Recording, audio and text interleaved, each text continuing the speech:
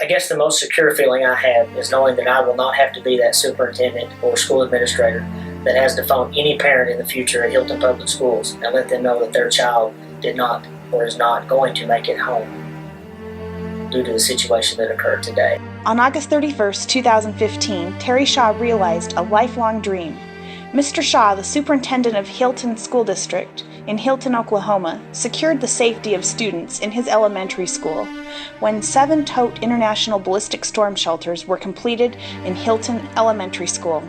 I'm responsible for about 540 students, and I have about 75 employees. As superintendent, when you're responsible for that many kids and you can't control the weather, it's very comforting to know that we have something in place for the safety of our students and the safety of my faculty, that if in case of an emergency, that they have somewhere to go, they have somewhere safe to go. Well, the hardest thing to do is to prioritize your budget, and all school budgets are tight, but every decision that we make as a superintendent has the best interests of the students in heart.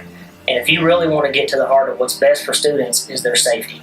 And that is ultimately our responsibility in any situation at any time.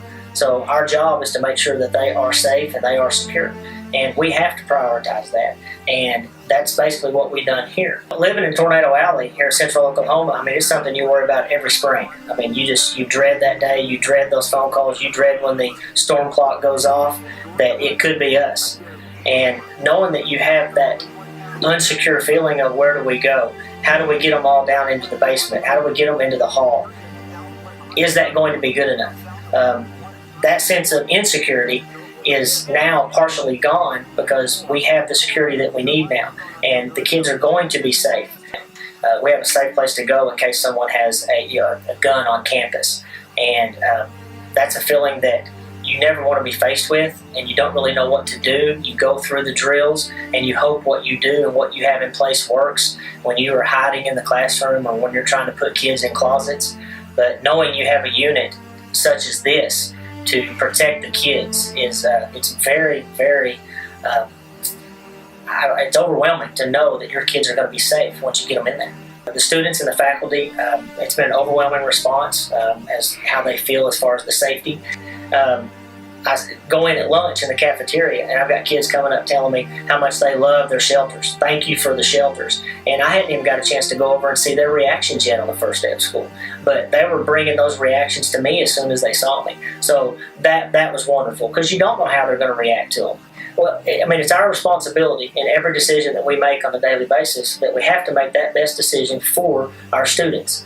And whether that comes for the educational purpose or the safety purchase, have to be at the forefront of our decision-making process. And in order to do so, sometimes it's hard to find the money within that budget, but we have to get creative sometimes in order to do that.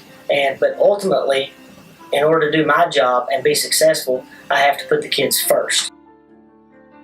Mr. Shaw wanted to show the town of Hilton his commitment to the shelters. He had raised enough money through a bond issue for 6 shelters, but he needed 7. He raised the money for the 7th by committing to finish the Oklahoma City Bombing Memorial Marathon.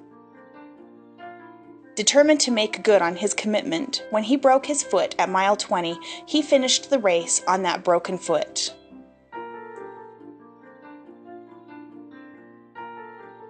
The peace of mind that this gives me as superintendent for my students is unbelievable. Knowing that when my elementary students come to school, the most precious students that I have at that age, when they come to school and we have a situation, whether it be an intruder, whether it be a tornado, that my students are going to be safe.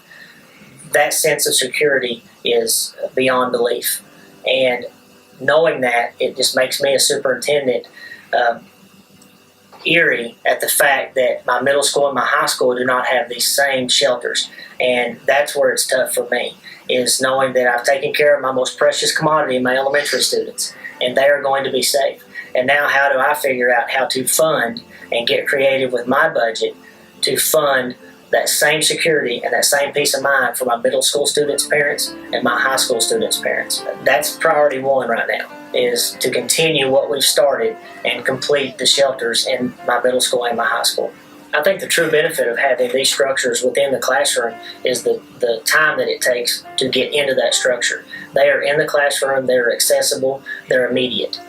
You're talking 10, 12 seconds to get into the structure and be safe and secure, as opposed to one of your superstructures that may be centrally located within a campus or for an entire campus. And you're talking minutes that it would take to get students into that facility. And then in order for your elementary, your youngest students to get to that facility is going to take even longer because they don't understand the relevance of the situation. So having these in the classroom, the sense of security that it should give administrators, teachers, parents is unbelievable. The difference in seconds to minutes is strictly going to be life or death. Here we go. Good morning. Good morning.